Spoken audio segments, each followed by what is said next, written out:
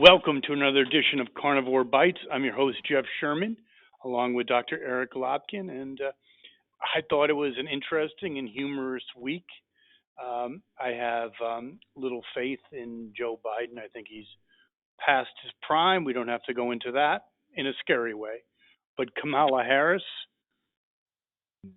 phew, it's she went on her first international journey to solve or to help mitigate the border crisis and an abject failure on both sides of the aisle, correct?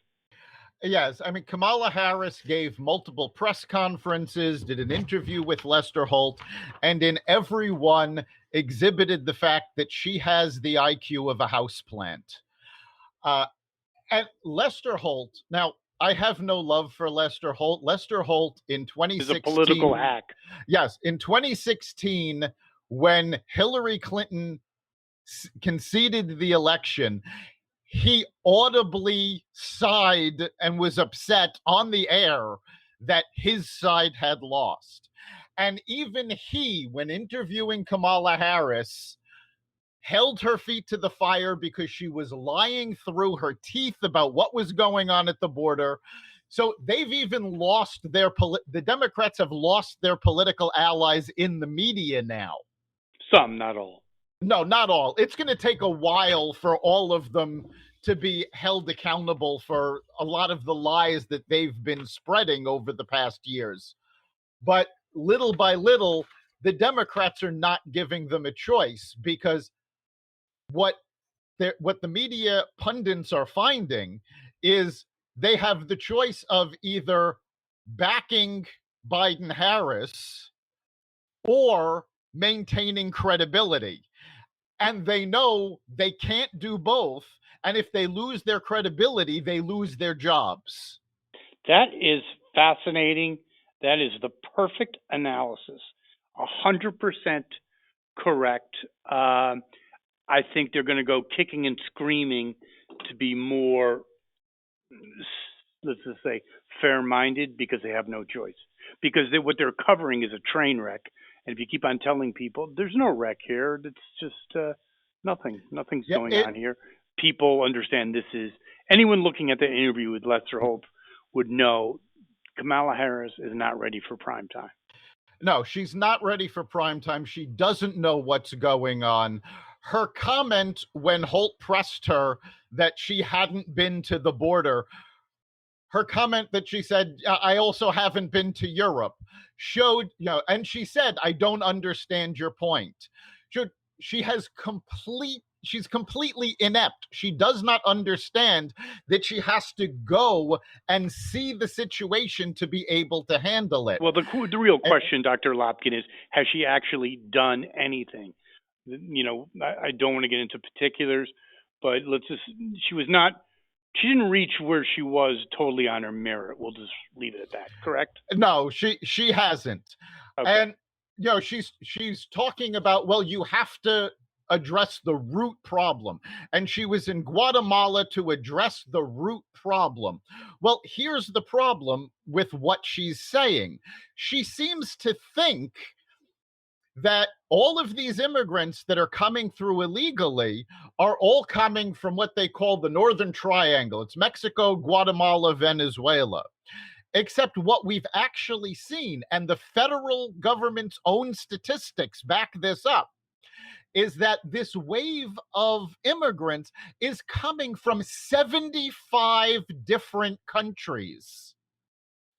So she's going, well, we have to fix the problems where they live.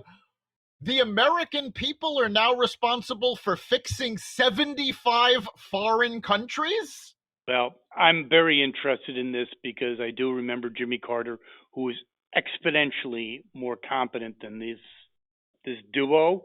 And I do know, I've seen it firsthand, the press eventually does turn, as exactly what you said happens. And I think that will happen.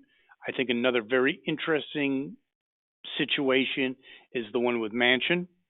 And I believe somewhat of an obscure politician. He's now at the forefront of the political spectrum. And I believe that, and I want your comments. I think that he's in a great position to have a lot of leverage. I don't think he can retreat from the positions he already took, and I believe there is a chance. I don't know how great that chance is that he could flip. It's very possible. Manchin and Harris are polar opposites of each other. And before I go more into Manchin, we've been talking about how the media is, starting to flip. Well, we've talked on previous podcasts about the fact that the foreign press is not going to cover for Biden Harris. And we saw this with this Guatemala trip because Harris was greeted by banners that said Trump won the election. The president of Guatemala told her point blank that what's going on at the border is the fault of the Biden policies, not the Trump policies. And the president of Mexico has previously said that to Joe Biden. So now we've got to sort of fall in line with the international press talking about what's really going on. Now, Manchin has become prominent because he is the polar opposite of Harris. He has held his ground. He is defending the needs of his constituency. And for those of you who don't know, Manchin is the Republican senator from West Virginia. Democratic. Democratic senator from West Virginia. And because of the 50-50 split in the Senate, he has become the most powerful Democratic senator because the Democrats can't pass anything without all of them being in lockstep. And Manchin has not been in lockstep. He has so far pretty much scuttled the infrastructure bill because the Democrats refused to pull out all of the pork that had nothing to do with infrastructure. He has scuttled the Democrats' attempt to federalize election law because he said the only way he's going to vote for a law that changes elections is if it's a bipartisan effort. So here's what I think. Here's my prognostication of what's going to happen. Could happen. I believe that if it was common bantering back and forth, he would stick his ground, would not consider leaving the Democratic Party. I think he's carved out a unique niche. However, I think as the attacks become more vicious, more personal, he may decide that the Democratic Party left him, not vice versa. What do you think? That's very possible. I mean, the attacks are being ramped up. They've gone after him with name calling and personal attacks. We saw also this week such mental midgets as Cher going after him on Twitter. And the beneficiary of a sixth grade education, but we'll go from there. Exactly. But the Democrats have to walk a fine line because they need Manchin more than Manchin needs them. He can switch parties if he wants.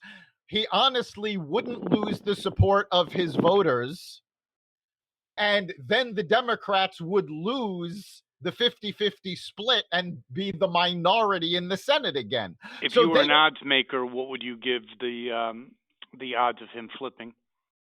I'd say 30%. At this point, I don't even think it's that high yet. I think it's closer to 20-25, but I think the longer the Democratic attack on him goes on, the greater those odds become.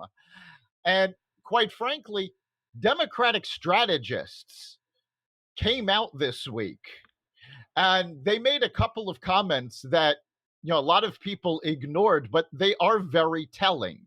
One of which said, they had way too high hopes for 2020 and honestly thought they were going to be able to sweep the House and the Senate and have a mandate, and they didn't get the mandate. And this is Democratic strategists saying they do not have a mandate from the American people, which the wackos on the far left would have you believe that they have gotten a mandate, and that's simply not true. The other thing is they were dissecting Kamala Harris's trip. And, Kamala Harris came out in a press conference today and declared her trip a total success. And Democratic strategists So did the captain of the Titanic. Yes. The Democratic strategists came out and said not only was this trip a massive failure, it's a failure on such a magnitude that it is going to haunt her for as long as she is in politics. Wow. Real quick, as we wrap this edition of Carnivore Bites and we get into a more elongated or protracted and more analytical version next week, Dick Morse, personally, he's got some issues, but he has a good sense of the political landscape. He commented, and I want your comment for our listeners, feels that the Biden agenda has already lost its momentum. Oh, it's absolutely lost its momentum and primarily because of people like Manchin, like I can't remember Kristen's last name, but Kristen is the Democratic senator from Arizona. They have been staunchly moderate, and they have, because they didn't, the Democrats did not get the majority they thought they were going to get in the Senate. They have been able to put the brakes on the left-wing wackos that are trying to ram things through. I also think it's bigger than that. That is a definite factor, but I think that Biden is basically not in touch with what's going on. Other handlers, Susan Rice, among others, have taken over much.